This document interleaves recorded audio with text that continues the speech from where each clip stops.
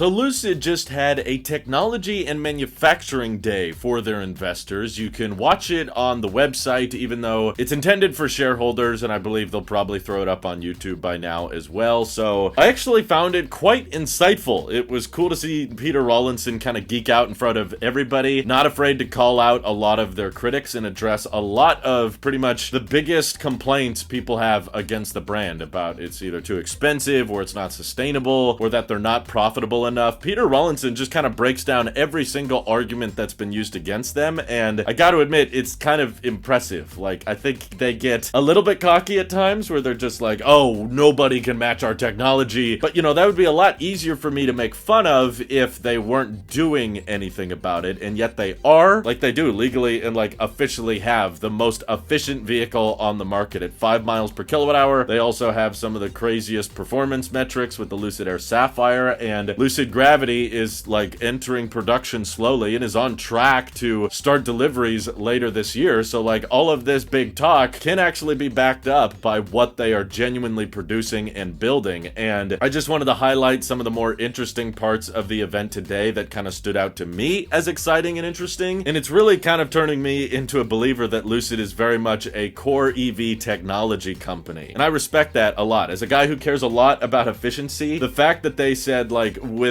our Lucid Air Pure rear-wheel drive vehicle now achieving 5 miles per kilowatt hour, we're not stopping there. Like, we want to take this to the next level, and Peter referenced it several times throughout the presentation that they're now targeting how to push efficiency even further, and they want to get to 6 miles per kilowatt hour, and they're now deep in the research and development phase to make that happen. I don't know if it's going to be through a sedan or a crossover, but I'm all in favor of seeing that take place. But they go into excruciating detail on how they make their motors smaller and more lightweight and more efficient while still packing a ton of horsepower. And I appreciated a lot of the transparency even. Like, they showcased that while their vehicle is lighter and more powerful than most others out there, it's not quite as affordable as, say, Tesla's motors, although they never say Tesla or Porsche or anything like that during the presentation. They just call it competitor A and B, but Peter just keeps referring to them as the American market leader. So I'm pretty sure everybody knows what he's referring to, but they explain in the presentation how they can use the technology they've developed for their high-performance vehicles to now develop cheaper powertrains that don't have as much horsepower but are substantially smaller and lighter weight than what their competitors are currently offering within the same price bracket. So they didn't like have an official unveiling or anything, but they called this new drive unit they've been working on that's going to be more like 300 horsepower range instead of 600, which is kind of what they've been shipping in the Air and what's going to ship in the Gravity as well. But they're calling it Atlas, and this new Atlas drive unit is mostly intended for their midsize vehicle, which they threw up a teaser of at the end of the presentation, which was kind of cool to see. Definitely our best look yet at Lucid's midsize vehicle, which they claim will start under $50,000. So definitely much more of a Tesla Model Y Rivian R2 competitor, and that's supposed to come out end of 26. And what's interesting to me about this play-by-play is so far we've seen Lucid target, of course, the more premium segment with higher priced vehicles like the Lucid Air and the Lucid Gravity. And their goal with those vehicles is to use Lucid's game-changing technology and innovations to achieve range that no other vehicle can achieve. Obviously, Lucid Air is still the range king, and the Lucid Gravity is probably going to be the range king for all-electric SUVs. But then when trying to make the technology more affordable, the goal is to match the range of their competitors by using an overall smaller battery pack, and of course by also using a drive unit that could have similar horsepower as, say, something like a Model Y or a Rivian R2, but take up less space and use less energy. And that gets me really excited, because if Lucid stays on track like they have been with the Air and the Gravity, that could mean that they achieve, like, let's say a 330 mile range, but they're able to do it with like a 70 kilowatt hour pack, whereas the Tesla Model Y needs like a 80 kilowatt hour pack. Lucid's approach, I think, is doubling down on a higher voltage architecture, very space efficient battery pack and drive unit technology that should enable a lot of storage space on the inside for a relatively small vehicle, and doing all of that with a much smaller battery pack to save on cost and hopefully make a more profitable vehicle in the future, of course, because clearly they're not super profitable with the Lucid Air and Gravity, but they explained in this presentation how a lot of that comes down to economies of scale. They need to scale up production in order to start breaking even and eventually turning a profit. But I think Tesla's strategy is definitely going to be by making cheaper vehicles in the long run, and Tesla's approach is about more getting into battery cell manufacturing and lowering the cost that way with like 4680s, whereas Lucid, at least at their roadmap today, made no mention of making their own cells. They do make their own drive units, which they say they can make drastically cheaper than their competitors, but they still want to rely on off-the-shelf batteries from their suppliers and just use fewer of them overall to save on cost. But because Lucid knows how to package all of their technology very efficiently, that's what gets me excited for their midsize. Even though I know a lot of people are probably bored of just seeing the same old like $40,000 to $50,000 crossovers, because there are a lot of those on the market today, but I think it would mean a bit more if Lucid made one, because we know it would probably be the most efficient in its class, and if they're taking some cues from Gravity, there's a good chance it will have a much larger frunk than the Model Y or even the Rivian R2, pretty much any other all-electric crossover. And my real hope here, I think how they could really stick the landing with the midsize, the Lucid Earth, whatever they end up calling it, is if they made it an optional 3-row, because that's something that I think helps separate the Model Y from all the other crossovers on the market, and in my opinion, it's one of the biggest weaknesses of the Rivian R2, which a lot of people are excited for, but I think Rivian is going to win over a lot of people with the R2 because it's more boxy, it has a bit more of an adventurous off-roading spirit than a Tesla does, and if Lucid isn't going to take the lead with off-roading and adventuring, but Lucid wants to be known as like the efficiency first company, then they could probably lean into having aerodynamics more in line to that of a Model Y, but just make it more spacious on the inside, give it more interior space, and make it more efficient than a Model Y. The same way the Lucid Gravity, in so many different regards to range and utility and interior cabin space, one-ups the Tesla Model X. I'm hoping the midsize can one-up the Tesla Model Y. And of course, they talked about at this event, the Lucid Gravity having the new NACS port, which Peter said is going to be implemented at the start of 2025, which is weird because they said the deliveries of the Gravity should be later this year. So it's like, wait, is the Gravity going to have a CCS port for just a couple of months and then they switch over? I don't know, but I really hope they have paid attention to how to achieve 250 kilowatt speeds at V3 superchargers. If you're building the NACS port into the car itself, but most of the infrastructure is still optimized for 400 volts, then they better have a way to split the battery pack on the inside, because Lucid really cares about having this high voltage internal architecture. But the only downside of that is this whole NACS charging infrastructure is built around 400 volt vehicles. So if you don't build in a way for the battery pack to split the voltage to achieve peak speeds, then yeah, the charging experience with the Gravity is going to be very lousy. So I'm hoping then and trusting in them that they've thought about this, because obviously I think the best experience you could have when you're spending well over $80,000 for an SUV like this is you can just drive it to a very consistent and reliable charging network like the supercharger network. You plug in, and like they said, you get 200 miles back within 15 minutes. That's like unrivaled in the electric SUV space, and then go on your way and be able to achieve over 440 miles of range. That's pretty dang good. And it might get even better in the future. They talked about this new Atlas drive unit making its way into the Lucid Air and Lucid Gravity over time, so they might go even cheaper than what they're currently targeting with their higher priced vehicles. But honestly, I'm doing my best to recap it, but it's a very information-packed event that talks about their long-term trajectory and where they plan on making all these vehicles and how they plan on making them profitably. But time will tell if the financials actually start to speak for themselves, because we all know right now, yeah, it doesn't look good whenever there's an earnings report, but the technology I think is legit, and that's why they're licensing it to other companies, other brands out there. And I get excited at the reports claiming that Lucid has multiple vehicles planned for their more affordable options. It's not just a crossover. They also want to do a sedan. That gets me really pumped as a big fan of the Model 3. I want to see Lucid technology brought to the more affordable sector, and because Lucid is more of a luxurious premium looked at brand that focuses a lot on efficiency, and I think a lot of the efficiency advantages start to really show themselves financially in these lower priced vehicles, I think Lucid should make some kind of convertible, like a smaller vehicle than a Model 3 and still has a lot of storage space with the frunk and the trunk, but as an option, it could have the top down just to give it that much more of a luxury feel. And I think having something low to the ground that requires a much smaller battery pack to go the same distance as competitors could really help Lucid find a way to carve out their own piece of the market, because I don't want everybody just making the exact same versions of what's already out there. We already have the Tesla Model 3 and the Hyundai Ioniq 6 of just like, okay, yeah, you could make a aerodynamic, simple sedan, but I think making it a